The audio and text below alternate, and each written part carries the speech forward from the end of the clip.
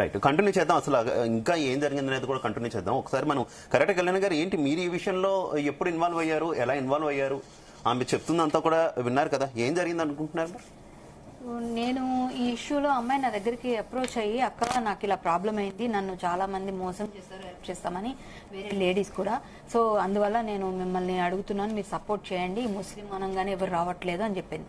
చెప్పంగానే ఏం పర్వాలేదమ్మా, నీ దగ్గర జెన్యూనిటీ ఉంటే మేము అందరం వస్తాము, ఇలాంటి కేసెస్ మేము చాలా చేస్తామని చెప్పాను. చెప్తే రాత్రి 1:30కి వాళ్ళ బ్రదర్ని తీసుకొని ఇద్దరు కలిసి వచ్చారన్నమాట. ఎందుకంటే ఆమెకున్న ప్రాబ్లమ్స్ ఆమెకున్నాయి, అప్పటి వరకు ప్రయత్నం చేసింది ఆ రోజే ఫస్ట్ డే పట్టుకుందామని. సో ఆ రోజు వచ్చిన తర్వాత కూర్చొని మాట్లాడి అంతా చూసాను. నేను ఫస్ట్ ఐడెంటిఫై చేశాను, అబ్బాయి నిజంగా ఈ అమ్మాయి చెప్తుంది ఎంతవరకు నిజం, అబ్బాయి నిజంగా ఐడెంటిటీ ఇక్కడ ఉందా, ఎక్కడుంది, అసలు ఏంటి ప్రాబ్లం, అబ్బాయి సర్టిఫికేట్స్ ఏంటి, అన్ని క్లియర్ గా చూసిన తర్వాత ఈ అమ్మాయి చార్ట్స్ ప్లస్ ఫొటోస్ కొంచెం అంతా నాకు చూపించింది. ఆ చూపించినాక నాకు క్లారిటీ వచ్చింది, వీడు ఖచ్చితంగా మోసం చేశాడు, ఈ అమ్మాయిని వదిలేసి ఇప్పుడు వేరే అమ్మాయి దగ్గరికి వెళ్దాం అనుకుంటున్నాడు, ఇలాంటి వేధవాళ్ళని వదలకూడదు, వీడు దానిలోనూ పాకిస్తానీ అని చెప్పాం. కానీ ఇంకా నాకు ఎలాగే ఇండియన్ సిటిజన్ కాబట్టి కోపం వస్తుంది మనకి, ఆటోమేటిక్గా నాకు ఆబ్వియస్లీ కోపం వచ్చింది. వీడిని ఇక్కడ నుంచి పనిష్మెంట్ చేయించి పంపించేయాలి ఎలా అయినా. అయితే మనం గట్టిగా ఏంటంటే రెడ్ హ్యాండెడ్ గా పట్టుకోవాలి. రెడ్ హ్యాండెడ్ గా పట్టుకుంటే ఈజీ అవుతుంది. మేము పోలీస్ స్టేషన్ తిరిగామండి. పోలీస్ స్టేషన్ తిరిగితే పోలీస్ స్టేషన్ ఏంటంటే ఇప్పుడు కరెక్ట్ విరించి పక్కన ఉంది. ఇటువైపేమో మెహదీపట్నం వస్తుంది, ఇటువైపేమో బంజారాహిల్స్ వస్తుంది, బ్యాక్ సైడ్ ఏమో ఖైరతాబాద్ వస్తుంది. సో ఇవన్నిటి మధ్యలో మేము ఇరుక్కొని చాలా చాలా ఇబ్బంది పడి అన్ని పోలీస్ స్టేషన్ కాల్ చేసాం.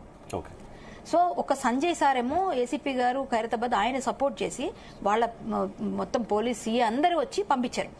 ఇక్కడ బంజారాహిల్స్ ఎన్నిసార్లు చేసినా రాలేదండి ఎవరు కూడా. అప్పుడు మేము ఎన్ని రకాలు చేసి 100కి ఫోన్ చేస్తే, అప్పుడు చేస్తే మీరు ఇలా కాదమ్మా మీరు వచ్చి కంప్లైంట్ ఇవ్వండి అన్నారు. కంప్లైంట్ ఇస్తే వీళ్ళు వెళ్ళిపోతారు సార్, ఏం చేయమంటారు, మేము ఇక్కడే ఉంటే మీరు రండి అని చెప్తే అప్పుడు వచ్చారండి. వచ్చిన తర్వాత మేము రెడ్ హ్యాండెడ్ పట్టించాం అమ్మాయిని అబ్బాయిని. ఈ అమ్మాయి వెళ్ళి పట్టుకుంది, వైఫ్ కాబట్టి as a wife with police protection తో వెళ్ళి పట్టుకున్నాం. పట్టుకున్నాక అక్కడి నుంచి వెళ్ళిపోయారు. ఏమో మీడియా ముందు మాట్లాడుతుంటే ఈ పిల్లవాడిని అక్కడి నుంచి లంగరాజు పంపించామని చెప్పారు. మళ్ళీ లంగరాజుకి వెళ్ళాను నేను. లంగరోజ్కి వెళ్తే రాత్రి 3 అవుతుంది, మేము కంప్లైంట్ రాసి ఇచ్చాము, బట్ అక్కడ అబ్బాయి రాలేడు, ఎవరూ లేరు, ఎక్కడో సేఫ్ ప్లేస్ లో పెట్టామని చెప్పారు. ఈ అమ్మాయి వాళ్ళ ఇంటికి వెళ్ళి ప్రక్కనే ఉంటుంది. ఆ పిల్లల్ని తీసుకొని మనం సేఫ్ కాదు, అక్కడ వాళ్ళందరూ ఉన్నారు కదా, మాకు టెన్షన్ గా ఉంది, మాకు థ్రెట్ ఉందని చెప్పి ఆ పిల్లల్ని తీసుకొద్దాం, చిన్నపిల్లడు ఉన్నాడు, ఒక ఆమె ఉంది కదా, ఆ పాప కూడా ఉంది 18 years, ఆ పాపని తీసుకొద్దామని మేము పోలీసు వాళ్ళని ఎస్కార్ట్ గా తీసుకొని మామూలుగా రక్షక్ దీనిలో వెళ్ళామని వాళ్ళని పెట్టుకొని మేము మా కార్లో వెళ్ళాం. వాడు రాయల్ గా చక్కగా వాకింగ్ చేస్తున్నాడండి. అంటే ఈ పోలీసు వాళ్ళు ఎక్కడ తీసుకెళ్లి వదిలేశారు, వాడి కార్ ఎక్కడి నుంచి మళ్ళీ అక్కడికి వచ్చింది, ఆ పోలీసు ఎక్కడి నుంచి తీసుకెళ్లారు, బంజారాహిల్స్ పోలీసుకి ఇంత బాధ్యత రాహిత్యంగా ఎలా ప్రవర్తించారు. ఒక పోలీసు పాకిస్తానీ అని చెప్పినప్పుడైనా రేపు ఉదయం August 15th ఎటువంటి ఏదైనా ఉండొచ్చు, మన దేశం మీద మన వాళ్ళ భద్రత మీద మనకు ఉండొద్దా సార్? వెంటనే తీసుకెళ్లి అక్కడ వాకింగ్ చేస్తుంటే మళ్ళీ నేనే పట్టుకొని మళ్ళీ వాడికి చూపించా, ఈ ఫోటో నీదేనా ఈ ఫోటో అని అడిగా. అంటే ఈ ఫోటో నేనే అన్నాడు. మరి ఈ అమ్మాయితో ఉన్నావు కదా, ఇప్పుడు పట్టుకున్నాం కదంటే కంప్లైంట్ ఎవరు ఇచ్చారు, ఇవ్వలేదు అంటున్నాడు అడుగు. వెంటనే మళ్ళీ వాడిని పోలీసులకు అప్పచెప్పి తీసుకొని వెళ్లి చేసాం. ఈమె నన్ను ఆశ్రయించిన తర్వాత మొత్తం వెరిఫై చేసామండి.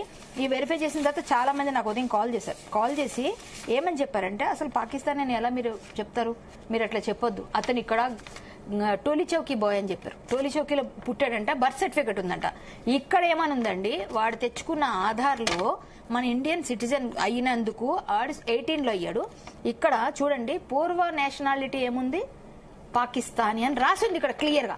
సో ఇది తప్ప మీరు ఎట్లా చెప్తారు, మేము అన్ని వెరిఫై చేసుకోకుండా వెళ్ళలేదు. అది కాకుండా ప్రతిసారి వాళ్ళు కమిషనర్ ఆఫీస్ లో వాళ్ళు వెళ్లి వాళ్ళు తాలూకా అన్ని కూడా సబ్మిట్ చేస్తున్నారు. ఎందుకు వెళ్తున్నారు, ఇండియన్ సిటిజన్ అయితే వెళ్లాల్సిన అవసరం లేదు కదా, ఎంబసీకి ప్రతిసారి వెళ్లాల్సిన అవసరం లేదు కదా, కమిషనర్ చుట్టూ తిరగాల్సిన అవసరం లేదు కదా, ఇవన్నీ కూడా వెరిఫై చేసాం.